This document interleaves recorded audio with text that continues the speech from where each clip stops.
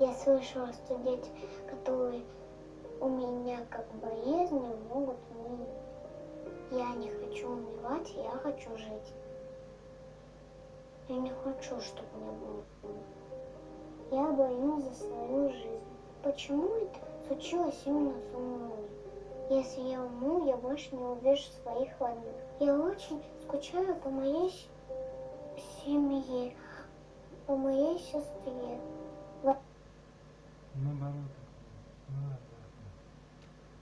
In the year 2000, a small Danish studio released their very first video game. A gritty stealth action title inspired by John Woo action films and games like Thief, The Dark Project. They called it Hitman Codename 47, and it saw you playing as, get this, a hitman, tasked with exploring a semi-open world and disguising yourself to infiltrate various locations and kill your target, hopefully without being spotted. Unfortunately for us, Hitman Codename 47 was pretty terrible. Yeah, it's not a good game. The camera and UI are awful, it looks ugly as hell, and any solution to one of its levels that isn't just going in guns blazing is invariably so arcane and poorly explained that you'll never figure it out without a walkthrough. I do not under any circumstances recommend playing it. That's probably not how you expected me to open a video all about how much I love Hitman. But it's true, the original game and kind of even its sequel are really not that great, but what they are is ambitious and utterly unique. While the early games might not have been very much fun, it's a testament to just how compelling Hitman's core fantasy is that they sold well regardless, even if you can only really see the outline of what the franchise would one day become. It wasn't until the fourth entry in the series, Blood Money, that the vision of Hitman finally became clear. Although not completely. While the level design of Blood Money is much stronger, featuring densely designed locales in interesting settings and much greater freedom in how to plan out your hit, the game was ultimately held back by technology. Blood Money has clunky, awkward controls, and its missions feel too small and simplistic to come across as anything other than tiny, primitive glimpses of the game IO Interactive truly wanted to make. It wouldn't be until 10 years, 2 horrible movies, and 1 game of which we do not speak later, that they finally got their chance, in the form of the World of Assassination trilogy, a soft reboot of the Hitman franchise, concluding with the recently released Hitman 3, that truly capitalizes on everything that I think Hitman was meant to be. Following the release of the confusingly named Hitman 1 in 2016, Hitman went from a franchise that I could never really understand the appeal of to my favourite stealth game series of all time. So, with the announcement that IO Interactive are giving Agent 47 a well-deserved break, I thought that now was the time to take a look at all 3 World of Assassination games to pick apart what makes the best Hitman levels tick and try to figure out what makes Hitman so unique. So, what is that, I hear you ask? What makes Hitman special compared to other stealth games like Dishonored, Metal Gear Solid, or Deus Ex? Well, buckle in, because I'm about to say something that sounds weird, but is going to make more sense the more you think about it, okay? That is, that Hitman isn't really a stealth game. Its stealth mechanics and guard AI have always been fairly basic, and it's definitely not a shooter. The game goes out of its way to discourage getting into firefights. What Hitman really is a problem-solving game like Factorio, Polybridge, or basically any Zachtronics game. Some of my most fun experiences playing Hitman have been in solving fun puzzles and finding creative solutions to self-imposed challenges. For example, how the hell you can infiltrate an eyes-wide-shut party without wearing a disguise, figuring out the best route to transport a sniper rifle past guards and civilians up to a rooftop in Marrakesh, and masterminding a plot to trick this guy into blowing himself up with an explosive golf ball. I think Hitman is at its best when its levels facilitate this kind of abstract, experimental play. And the game is at its worst when it either forces you to play in a particular way or doesn't appropriately reward you for being clever and understanding the game's systems.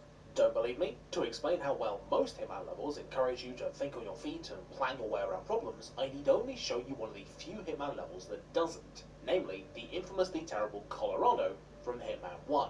Colorado sees you taking down a group of 4 domestic terrorists, all hiding out on a farmhouse alongside their buddies. The targets are Sean Rose, the leader of the bunch, Ezra Berg, who has a funny face, Penelope Graves, who's quick and nimble when she needs to be, and Maya Pavanti, who's one tough Kong, militia person. All 4 targets are incredibly difficult to approach. Maya Pavanti, who's one tough car pace, Penelope Graves, who's quick and nimble when she needs to be, and Maya Pavanti, who's one tough Kong, militia person. All 4 targets are incredibly difficult to approach, and the whole level is well guarded by a small army of soldiers, with very few ways to infiltrate the compound and almost no means of creating a distraction or an accident without getting spotted. Colorado is a well-constructed stealth game level, and that's exactly why it's terrible for Hitman. Colorado gives players no room to improvise or have fun, because every disguise is just another soldier, and the base is so well locked down that there are no fun kill methods to try and incorporate, like feeding people to a hippo or getting their wives to push them off a balcony. Because there's no margin for error, Colorado forces you into repeating the same boring, tried and tested tactics over and over again. Even trying to think outside the box is grounds for getting your face filled with bullets and having to start over. I thought I could smuggle a sniper rifle up to this water tower and pick off all 4 targets before making a quick getaway, but even after the painstaking effort of actually sneaking up there, it turns out that sniping anyone instantly aggroes the entire base, and the water tower is the first place they check, rendering this strategy all but moot. Hitman might have all the trappings of a stealth game, but ultimately the actual execution, pun intended, is just the icing on the cake, and it's in the experimentation, exploration, and the figuring out how you can kill a bunch of people dressed as a clown where the real fun lies. But how does Hitman do this? How is it possible to design a game that actually promotes creativity rather than by design restricting it? One of the major ways the Hitman team does this is in the way they approach level design. Specifically, by seeing each location not as a single tailored challenge, but a complex interwoven network of systemic problems created by the environment and NPCs. Some of the biggest inspirations for the Hitman team come from the world of social philosophy, specifically from Pierre Bourdieu and Erving Goffman, who pioneered the theories of dramaturgy and social spaces, respectively. This might seem like an odd field to draw from, given that Agent 47 barely talks and isn't exactly the most personable guy, but sociology and Hitman go hand in hand.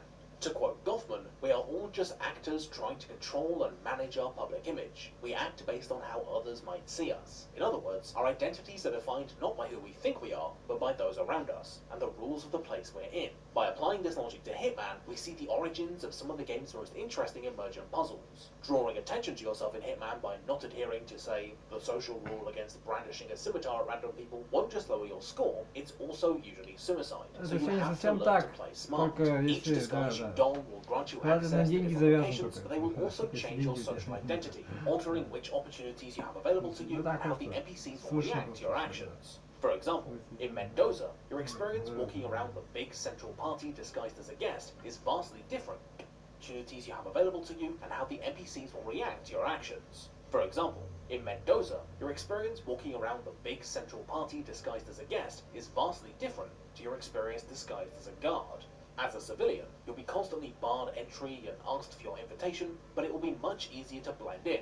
As a guard, however, you'll be able to walk in wherever you like without getting frisked, and openly carry most weapons. However, because you appear to be a heavily armed mercenary away from his post, people are naturally going to be much more suspicious of you. The bodyguards of one of your targets will outright ignore you if you're just another dude in a tux, but they'll be highly suspicious of you when you're dressed in military getup.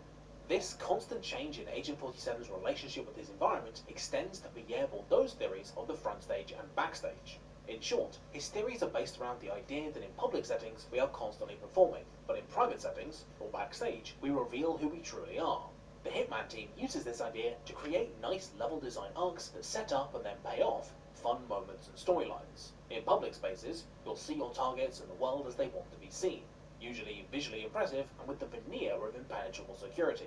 But by skulking around, we can pick up on rumours and gather tools that we can use to make our way behind the scenes, where we're rewarded with fun character moments of the bad guys being horrible, the opportunity to mess around with the level, and pick up on story details that are much more rewarding to find, because it feels like we're not supposed to be seeing them.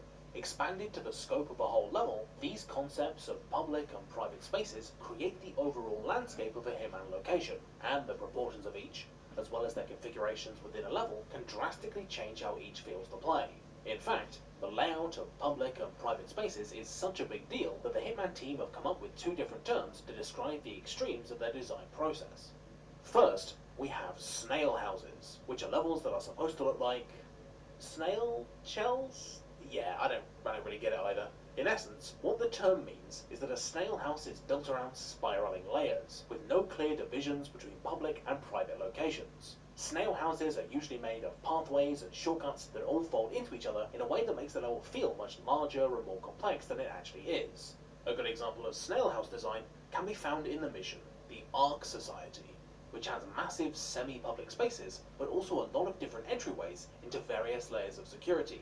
Basically, all the battlements are climbable, there's a variety of massive crowds so you can get lost in, and you can even crawl through the sewers like a giant bold rat. Rather than the challenge coming from how you'll infiltrate security and remain hidden, snail houses present a challenge of improvisation and navigation, with you working out the most effective route to your target and the fastest escape method while dealing with a lot of events and systems that all bleed into each other in an interesting way. The other kind of level is a fortress, defined by being more or less the exact opposite. A fortress level is one with strict divides between public and private space, and as a result has a much more clear A to B structure, with you starting in a completely public area and your target hanging around somewhere heavily guarded. For example, the mansion in Dartmoor is a classic fortress, with the grounds being fairly open and accepting of a variety of disguises, but the house itself being under heavy guard and with multiple layers of security all stacked on top of each other, meaning you'll either have to carefully manage your disguises or find some way to lure the lady of the house down to ground level in order to reach and then kill her. Obviously, these two fall on a spectrum, with most of Hitman's strongest levels finding a sweet spot somewhere in the middle. Sapienza and Mendoza start as snail houses, but flow into fortresses, giving them a great dramatic arc of rising tension, and Miami, one of Hitman 2's best levels, is literally half snail house and half fortress, being split right down the middle by a racetrack. In fact, it's when a level veers too far in one direction that problems start to occur.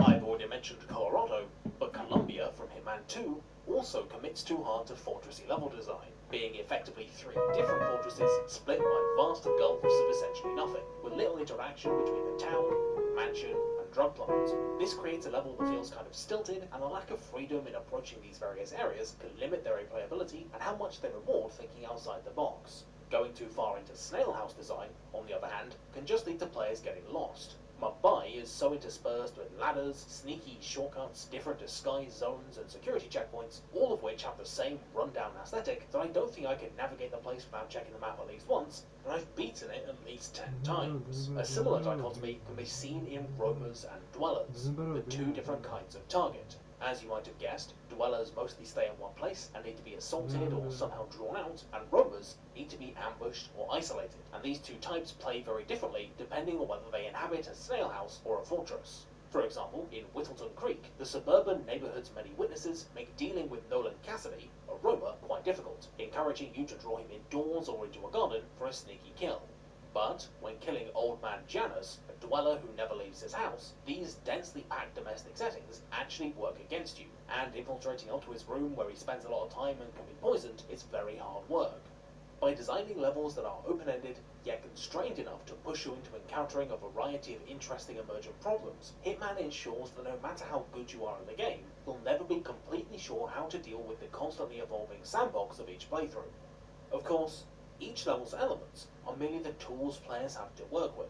If Hitman doesn't do a good job of encouraging you to use them and rewarding players for finding new solutions to levels they've already played, then all that effort setting the stage for creativity will be for nothing. Mission stories and challenges are the game's solution to this problem. The former are essentially highly scripted quests that direct players into a situation where they can easily kill their target. In Paris, the very first level of Hitman 1, new players just wandering around the level will quickly bump into this guy, Helmut Kruger, and will be prompted to knock him out, take his place, and then go to a one-on-one meeting with one of the targets, leading to a great opportunity to poison her drink. She even gives you some poison. It is really not difficult. Mission stories serve a dual function. They're both a nice simplified version of a playthrough for casual players or for those who aren't confident playing completely alone, but for more experienced players, they're also an overview of each level and a way of highlighting all the interesting mechanics that you have to play with. For example, in Chongqing, one of the mission stories involves you impersonating an inspector who's looking around this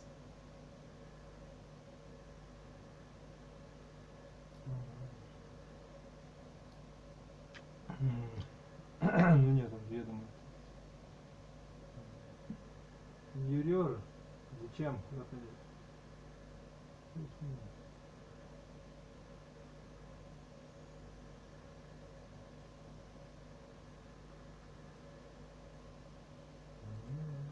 secret base.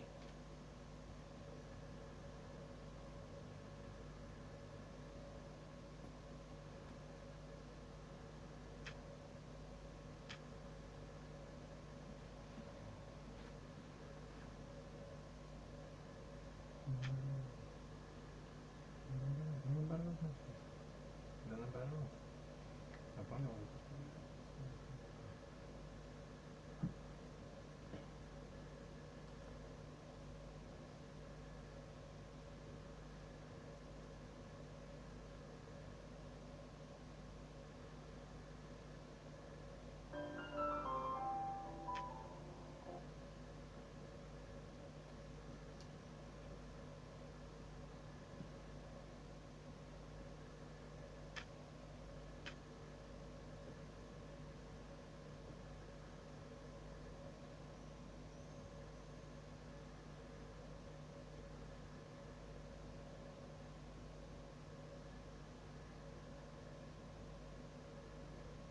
Наоборот, ну вот это он и говорит, тебе пианистер.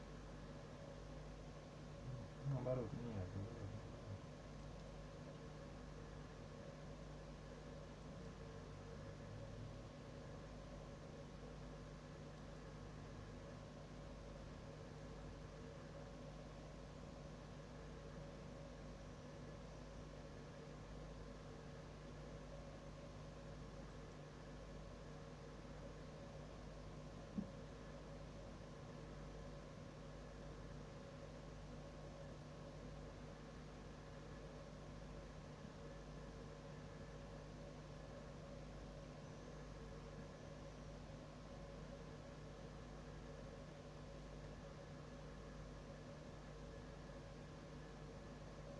Да, наоборот.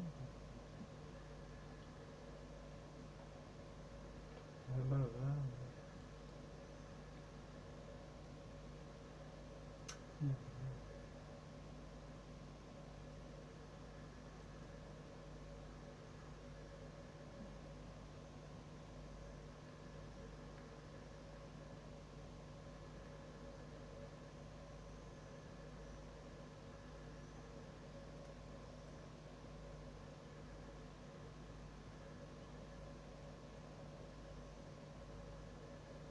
Вот не надо играть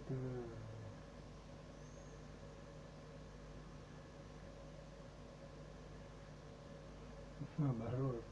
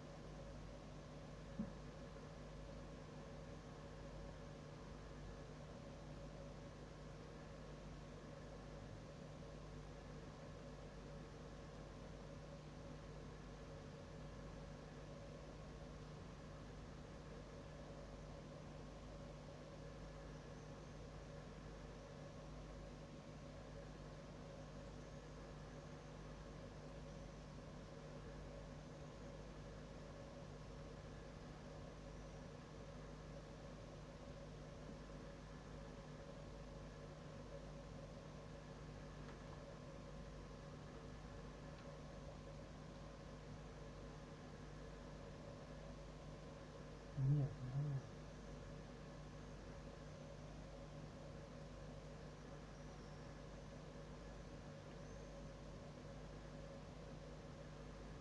ну, нет, так нету там таких белых утверждений.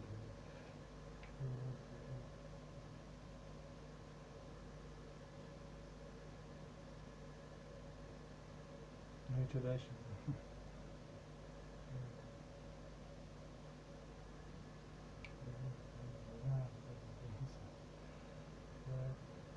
А, ну вот это есть. Ладно.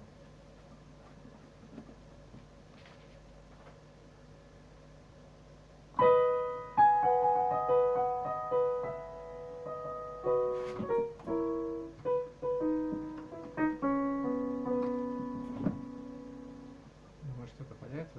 Пожалуйста, конечно.